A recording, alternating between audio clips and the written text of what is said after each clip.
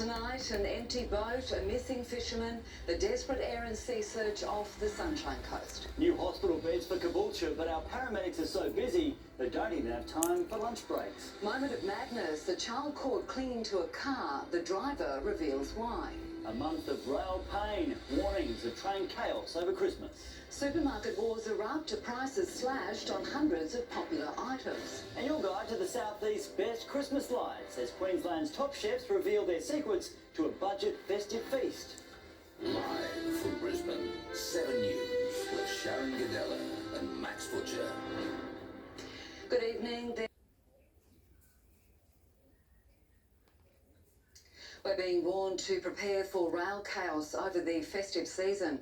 Joel Dry joins us in the studio. And Joel, the headaches have been caused by Cross River Rail track closures. Sharon, the massive infrastructure project is going to cause some serious issues over the Christmas holidays for train commuters as authorities take the opportunity of the quieter time of year to get major works completed.